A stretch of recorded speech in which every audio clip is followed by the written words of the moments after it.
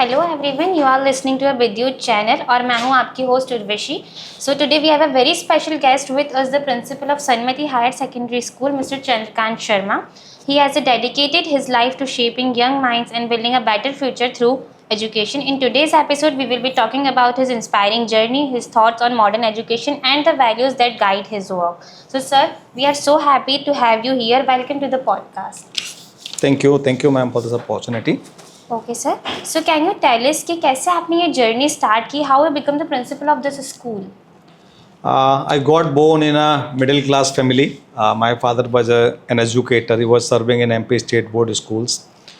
So education was not a new matter for me. I born observing him around. And I was quite young at the age of 25 when I was preparing for UPSC examinations. So meanwhile, I had a circumstances in my family. I lost him and then I had started working for my livelihood. तो शुरू के दिनों में मैंने कुछ coachings में पढ़ाया और उसके बाद फिर एक कॉलेज में 3 साल मैंने काम किया एज असिस्टेंट प्रोफेसर. बाद में मुझे एक मध्य प्रदेश बोर्ड के स्कूल में प्रिंसिपल होने का मौका मिला पहले, और I spend my 5-6 years over there. वहाँ जो अनुभव थे, then I switch over into CBSE setup, और फिर तब से journey is continue. It's now 26th years of my journey. Still we are learning, still we are teaching, still we are grooming ourself. Okay sir, so what inspired you to enter the field of education? जैसा मैंने पहले mention किया कि due to life circumstances I was forced to work for my livelihood. And as I born in a educator's family and I prepared for UPSC examinations also, तो जो सबसे best मेरे पास था that was to teach people and to earn livelihood. 2-3 slot में journey बदली, और जब एक बार स्कूल एजुकेशन में एंटर हुए तो फिर वो एनरिच होती चली गई. मेरी प्रिपरेशन ने मुझे हेल्प की, और हर व्यक्ति के अंदर कुछ खास होता है. तो मेरे पास ऑब्जर्वेशंस का एक स्किल है, ऑब्जर्वेशंस के थ्रू सीखने की आदत है. So keep observing people, keep learning through them, making mistake, making more better ideas. आज मैं इस मुकाम पर हूँ.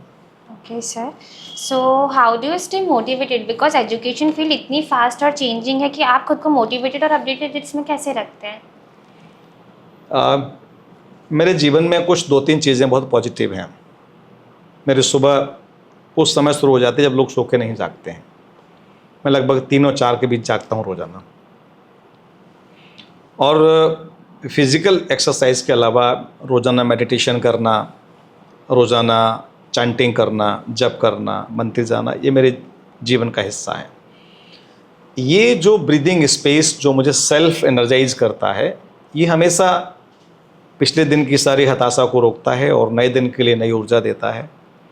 और जब मेडिटेट करते हैं, मंत्र चैंटिंग करते हैं, तो हमारे अंदर का जो ऑरा है, जो सब कॉन्शियस और कॉन्शियस पार्ट है, वो टुगेदर हो जाते हैं, और फिर फेलियर वाली बात नहीं रहती, रोज़ नया करने की इच्छा पैदा हो जाती है. Okay sir, how do you see the role of your school in shaping future ready students?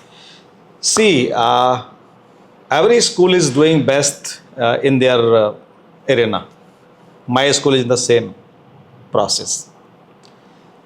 If I'll relate it with specifically my school, so what I have started after my arrival here that I would like to share with you or with the viewers or listeners. Within my entire journey, I have learned that skills are the core of human life. आपको अच्छा citizen बनना है तो आपको बड़ा अच्छा communicator होना चाहिए. You have to be good at life skills. कब क्या करना है ये आना चाहिए, और ये सारे पार्ट लाइफ स्किल्स के हिस्से हैं. हमने स्कूल में आने के बाद में लाइफ स्किल्स को ग्रूम करने के लिए एक्सेलेंट लेवल पे एफर्ट्स किए हैं. आज के समय में बच्चे खेलते नहीं हैं. मेरे यहाँ बच्चे रोज़ 90 मिनट खेलते हैं. पूरा स्कूल खेलता है, 0 आवर है, जिससे उनकी फ़िज़िकल फिटनेस ठीक होती है, और डिजिटल गैजेट्स की जो बीमारी उनको आई है वो ठीक होती है. तो बाकी टाइम वो हेल्दी रह के पढ़ पाते हैं. तो मैं बताने की कोशिश कर रहा हूँ कि हम प्रेजेंट को कैसे डील कर रहे हैं. जब लोग कहते हैं कि फ्यूचर रेडी स्कूल हैं, तब वो वास्तव में प्रेजेंट रेडी भी नहीं होते हैं. तो हम उनको फिज़िकली, मेंटली, इमोशनली सेटल करने के बाद में लाइफ स्किल्स के लिए क्लब एक्टिविटीज़ का एक पूरा का पूरा चैनल बना के रखते हैं, जहां जीवन में काम आने वाली जो चीज़ें हैं उनको सब्जेक्टिव मॉड्यूल पर हम बच्चों को पढ़ाते हैं और उसका असेसमेंट भी करते हैं। तो इस प्रकार से हमारे बच्चे फ्यूचर रेडी जो स्किल है उसको अडॉप्ट कर रहे हैं। अब आपके प्रश्न के दूसरे हिस्से पे आता हूँ, 10 साल बाद की जो पोजीशन होगी, after 10 years AI will definitely take care of all these life arenas. आपके किचन से लेके लेबोरेटरी तक, स्कूल तक, बेडरूम तक, सारी की सारी चीज़ें मैक्सिममली AI उसे कवर कर रहा होगा। तो आज का जो बच्चा 10 साल बाद समाज का नागरिक बनेगा, definitely he will be able to leave a certain footprint कि वो समाज के दूसरे लोगों को इंस्पायर करेंगे। और मुझे पूरी उम्मीद है कि हमारे पास जो एजुकेटर्स की टीम है, हम सब मिलके जो एक वातावरण बना रहे हैं, वो 10 साल बाद हमारा स्कूल शायद शहर को और हमारे आसपास के लोगों को एक प्रेरणा देगा वास्तविक स्कूलिंग के लिए, जो फुल होगी लाइफ स्किल से भरी हुई। Sure sir, that's great. So क्या आप कुछ रिसेंट माइलस्टोन या अचीवमेंट शेयर करेंगे जो स्कूल्स ने पास्ट फ्यू ईयर्स में अचीव किए हों? हमारा स्कूल 100% रिजल्ट ओरिएंटेड स्कूल है बोर्ड एग्जामिनेशंस में। हमारे बच्चों ने लास्ट ईयर के रिजल्ट की बात करूं तो सीनियर सेकेंडरी और सेकेंडरी में जो बेस्ट 10 पोजीशंस होती हैं वहाँ पे परफॉर्म किया है। हमारे बच्चे साइंस एग्जीबिशंस में नेशनल लेवल तक पार्टिसिपेट किए हैं, स्पोर्ट्स कॉम्पिटिशन्स में SGFI में नेशनल लेवल तक पार्टिसिपेट किए हैं। मेरे स्कूल में 14 कोचेज़ हैं जो अलग अलग स्पोर्ट्स क्लब को मेंटेन करते हैं। तो स्कूल के अंदर ओवरऑल हम कह सकते हैं कि एक माहौल है जहाँ बच्चे खेलों से प्रेम करते हैं, जहाँ बच्चे लाइफ स्किल में काम कर रहे हैं, जहाँ बच्चे एकेडमिक एरेना में लीडिंग रोल प्ले कर रहे हैं। तो ये एक स्कूल के लिए एक बड़ी अच्छी बात है। साथ ही साथ हम स्कूल में पेरेंटल कॉन्फ्रेंस रखते हैं, इंटरेक्टिव पेरेंटल कॉन्फ्रेंस रखते हैं, जिसमें सेगमेंट वाइज डिस्कशन होता है। सारे पेरेंट्स पहले मुझे सुनते हैं और उसके बाद PTM में जाते हैं। जनरली PTM में एक भीड़ अंदर आती है 2000 लोगों की, 3000 लोगों की, और वह 5 मिनट 7 मिनट भी मुश्किल से टीचर से इंटरेक्ट करते हैं, चले जाते हैं। हमने तय करके रखा है कि हमारे सारे लोग पहले हमसे बात करेंगे, हमारे जो अनुभव है, हमारी जो क्वेरी हम उनको शेयर करेंगे और उनके एक्सपेक्टेशन हम समझेंगे, सो दैट नेक्स्ट PTM के लिए हम कुछ अच्छा कर सकें। करेक्ट सर, आई थिंक ये वाला टेक्निक और भी स्कूल्स को फॉलो करना चाहिए because it's unique in Sanmati. So my next question is for you कि what's your perspective on incorporating STEM और robotics education at the school level? STEM and robotics, जैसा मैंने पिछले आंसर में बताया था, टुडेज एजुकेशन के बैकबोन बन गए हैं। आज आप उनसे दूर नहीं भाग सकते। अगर समय की मांग को स्कूल नहीं समझते हैं तो वो पिछड़ जाएंगे। 2 सेशन की भी देरी करेंगे तो उनके बच्चे 2 जनरेशन पीछे चले जाएंगे। Okay, sir. So, what kind of technological or experimental learning environments would you like to see more of in schools? See, pedagogical experiment and hands-on experiential learning, both are the different things. Classroom working direct academics को cover करता है और experiential learning उसको skills को develop करती हैं। हमारे school में दोनों ही ग्राउंड्स पे हम चाइल्ड सेंटर्ड मेथड पे काम करते हैं। जनरली स्कूल टीचर सेंटर्ड होता है, टीचर ने एक कंटेंट डिलीवर कर दिया एंड देन ही और she goes for the assessment. यहाँ पे इस बात के पॉसिबिलिटीज़ बहुत कम होते हैं। What has been learned, how much child consumed, and how much he or she is able to brought into day-to-day life skills. तो हमने इन दोनों चीज़ों में लगातार इनोवेशंस को फॉलो किया है, अप्लाई किया है, और हमारे जो टीचर्स हैं क्लासरूम में जितना भी टॉपिक पढ़ाया गया है उस सबका लर्निंग आउटकम रिपीटेडली बच्चों से शेयर करते हैं। सपोज करिए थर्मोडायनेमिक्स को लेकर कुछ पढ़ाई हुई है, तो थर्मोडायनेमिक्स हमारी डे टू डे लाइफ में कहाँ काम आएगी, या बच्चे ने डाइजेस्टिव सिस्टम पढ़ा है तो उसमें कौन कौन से हैजार्ड्स आएंगे जो रियल लाइफ में काम आते हैं, क्या प्रोज और कॉन्स हैं, क्या करना चाहिए क्या नहीं करना चाहिए, किस तरह का फूड कंज्यूम करना होगा तो आपका सिस्टम हेल्दी रहेगा। इन सब बातों को हम एक्सपीरियंशियल लर्निंग में लाने के लिए बच्चों को फील्ड विजिट्स कराते हैं, अलग अलग जगह पे लेके जाते हैं, बाहर से स्पेशल एजुकेटर्स बुला के सेशन करवाते हैं और उन सारी चीज़ों का प्रॉपर टाइमली असेसमेंट करते हैं और बच्चों को फीडबैक देते हैं। एक बड़ी अच्छी बात हमारे स्कूल में है कि बच्चा घर पहुंचता है उसके पहले हमारे साथी डिजिटल गैजेट्स पे क्लास में क्या हुआ, कितने यूनिट हुए, क्या पढ़ाया गया, लर्निंग आउटकम क्या है, होमवर्क क्या है, असाइनमेंट क्या है, एवरीथिंग पेरेंट्स तक पहुंचा देते हैं, जिससे जो डायलॉग में गैप है वो ख़त्म हो जाता है। Great sir. आपके स्टूडेंट्स और टीचर्स न्यू टीचिंग स्कूल्स और इनोवेशंस को कैसे एक्सेप्ट करते हैं? ये बड़ा अच्छा क्वेश्चन आपने पूछा है ma'am. Innovations updates are the part of the teaching institutions. अगर हम अपडेट नहीं करेंगे तो हम पिछड़ जाएंगे। हमारे सामने नोकिया का एग्जाम्पल है, हमारे सामने बहुत सारे निरमा वॉशिंग पाउडर कोलैप्स हुआ है। तो स्कूल को स्टे कमिटेड बनाए रखने के लिए इनोवेशंस को आगे लाना पड़ता है। NEP 2020 या NCF ने जिस तरह के चेंजेस किए हैं, असेसमेंट में रेवोल्यूशनरी चेंजेस आए हैं और एकदम से education school centred, teacher centred ना रहते हुए चाइल्ड सेंटर्ड हो गई है, चाहे हम एकेडमिक की बात करें या हम असेसमेंट की बात करें। तो सबसे पहले मेरे क्लाइंट हैं मेरे साथी, उनको इंस्पायर करने के लिए हम CBSE के ट्रेनिंग्स और रिसर्च मॉड्यूल से जो कुछ मिलता है उसको लेके हम रेगुलरली इंस्पिरेशनल सेशंस करते हैं और उन इंस्पिरेशनल सेशंस में हमारा प्लान, हमारी पार्ट को उन तक पहुंचा देते हैं।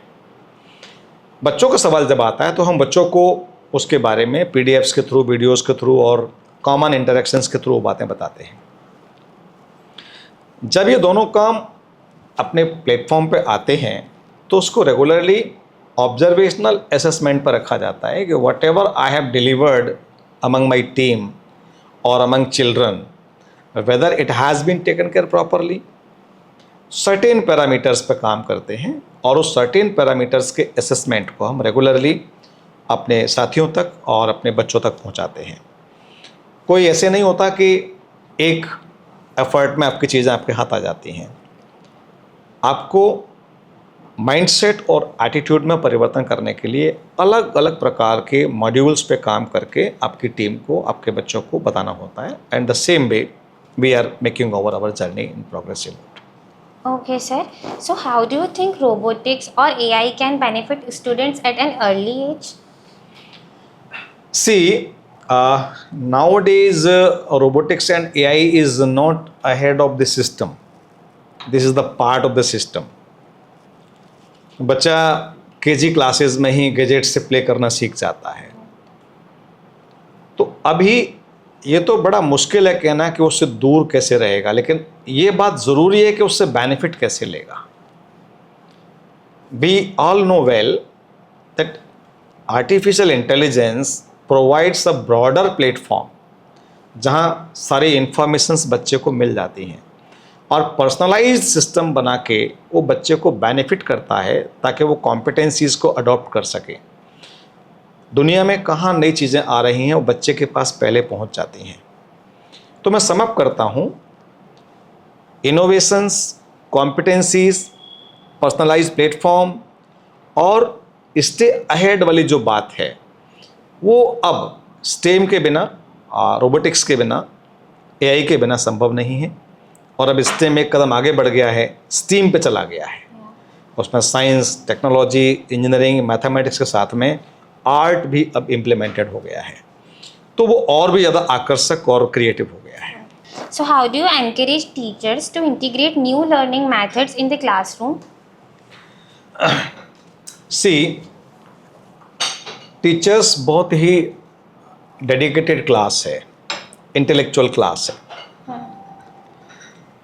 जब वो इस जर्नी में आते हैं तो उनको पता होता है क्या करना है। The way mother is nourishing a child, और मैं आगे बढ़ के कहूँ the way mother is giving birth to a child is a new creation. पर वो सिर्फ बॉडीली क्रिएशन है, उसके बाद का उसका इंटेलेक्चुअल क्रिएशन, उसका इमोशनल क्रिएशन, उसका social environment, that all is shaped by the teacher. Therefore, it was narrated in one Hindi verse, Guru Kumar शिष्य कुंभ है गड़गड़ काढ़े खोट अंतर हाथ संवार दे बाहर मारे चोट. Teachers are totally dedicated to bring out innovations, to put on some new strategies in the classroom. They are keep observing children that how children are transforming themselves. Accordingly वो उस innovation को लाने के लिए तैयार रहते हैं. और बीइंग अ प्रिंसिपल हमारी निगाह समाज के बदलते आईने पर रहती है. ग्लोबल और नेशनल जो पैरामीटर्स चेंज हो रहे हैं फ्रिक्वेंटली उस पर रहती है.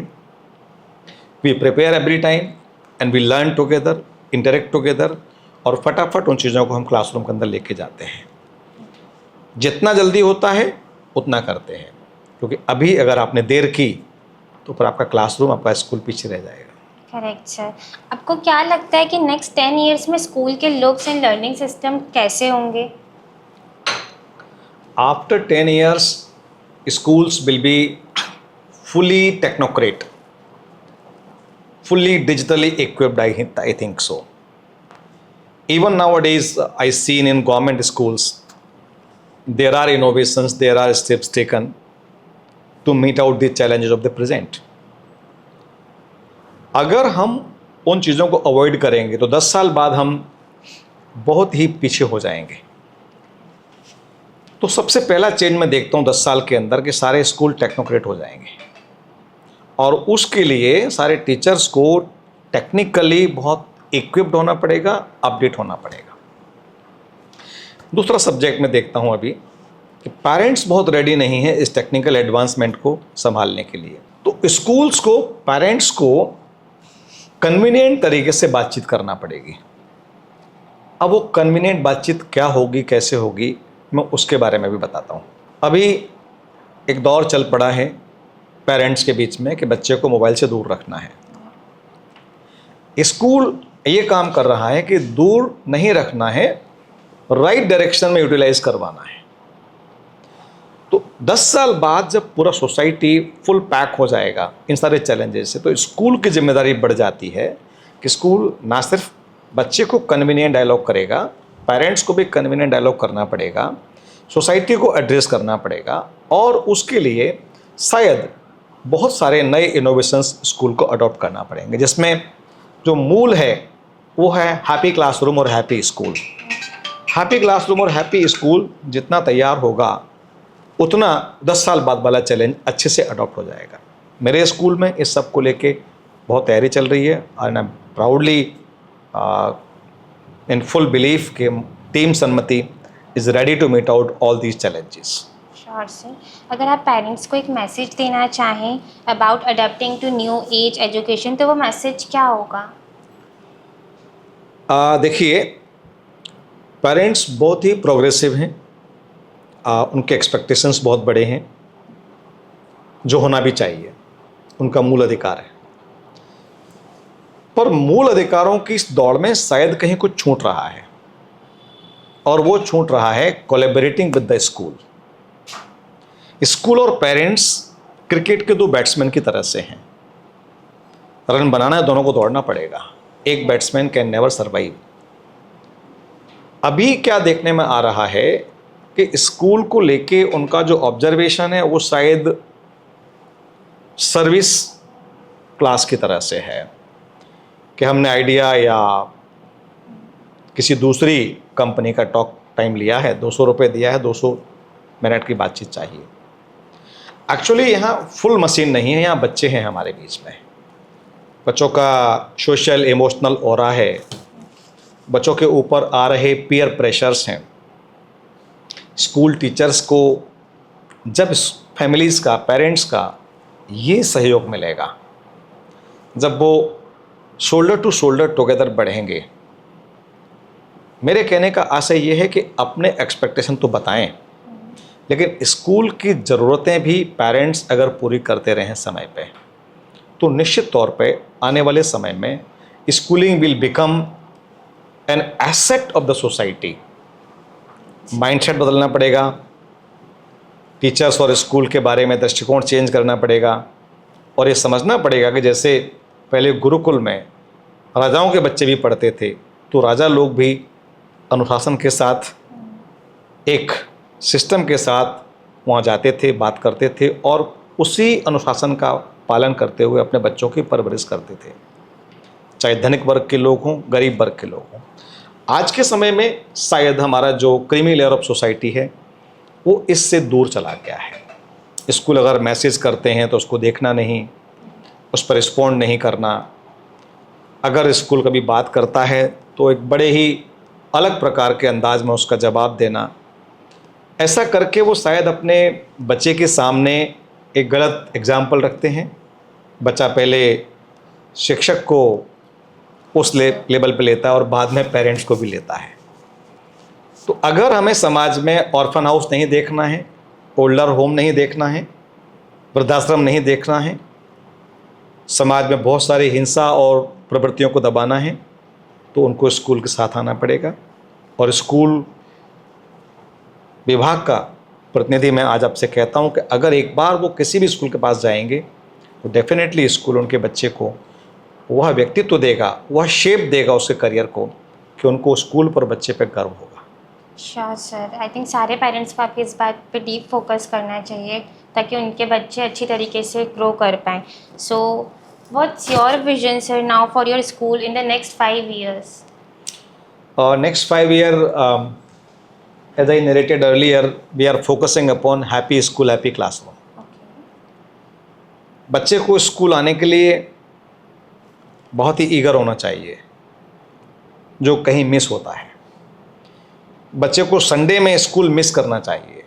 हम इस टारगेट पे काम कर रहे हैं कि कैसे अलग अलग एज बेस्ड क्लास को स्कूल से कनेक्ट कर सकते हैं, क्या एक्टिविटीज़ कराएं, कितना उसको हैप्पी करें, कौन से डोमेन में उसको फ्रीडम देना है, कितना लिबर्टी देना है, और एक child friendly, child loving environment बने। हम बीइंग सन्मति उस डायरेक्शन में बहुत अच्छे से काम कर रहे हैं, तेज़ी से काम कर रहे हैं। हमने कम्युनिकेशन को प्रायोरिटी दी है, क्योंकि मैंने ऑब्जर्व किया है लोगों को उम्र निकल जाती है, कब बोलना है, क्या बोलना है, कैसे बोलना है, नहीं आता। हम यहाँ पे कैसे डायलॉग प्रेजेंट करना है, हमने एक एजेंसी को हायर किया है, जो एजेंसी हमारे बच्चों को रोल प्ले के माध्यम से, स्टोरी टेलिंग के माध्यम से उस डायरेक्शन में तैयार कर रही है। एंड वी आर वर्किंग कि हम दूसरे सारे सब्जेक्ट्स को इस तरीके से पढ़ाना शुरू करें, क्योंकि फॉर्मल वे ऑफ टीचिंग जो होता है वो आजकल लोगों को बोर करता है। जो non formal way of learning है वो बहुत ही इंटरेस्टिंग होता है, अद्भुत होता है। हम इस चीज़ को अपने क्लासरूम का हिस्सा बनाना चाहते हैं। हम खेल कर, क्लब एक्टिविटी करके, well design, well planned assembly के माध्यम से, लाइफ स्किल्स को ग्रूम करके जो कंप्लीट सिटीजन डेवलप करने की हमारी टारगेट है, डेडिकेशन है, उसको अचीव करने के लिए कमिटेड हैं और उस डायरेक्शन में अगले 5 साल में 100% सफल होंगे, ऐसा मेरा विश्वास है। अच्छा, great sir. So finally what excite you the most about the future of education? The way advancement is observed on technical grounds, the way we are observing challenges, specifically in developing life skills and social emotional environment among children. These are the two arenas which fascinate me much more than the others. और मैं इन दोनों पे बहुत तेज़ी से काम कर रहा हूँ। अगर आप टेक्निकल एडवांसमेंट में आगे जाएंगे, अगर आप सोशल इमोशनल एनवायरनमेंट को बैलेंस करने में आगे जाएंगे, तो डेफिनेटली नेक्स्ट डिकेड आपका होगा। और मैं, मेरी टीम पूरे एक्साइटमेंट के साथ इस पे काम कर रहे हैं। Sure, sir. So it was truly inspiring to hear about you and your journey and your vision for education. Your words remind us how one dedicated educator can transform not just students but an entire community. So thank you so much for taking the time to join us today, sir. Thanks a lot ma'am, thank you. आपने बुलाया, मैंने मेरी बात रखी। उम्मीद करता हूँ भविष्य में मिलेंगे और बात करेंगे और लोगों को अपनी बात पहुँचाएंगे। Sure, thank you. thank you.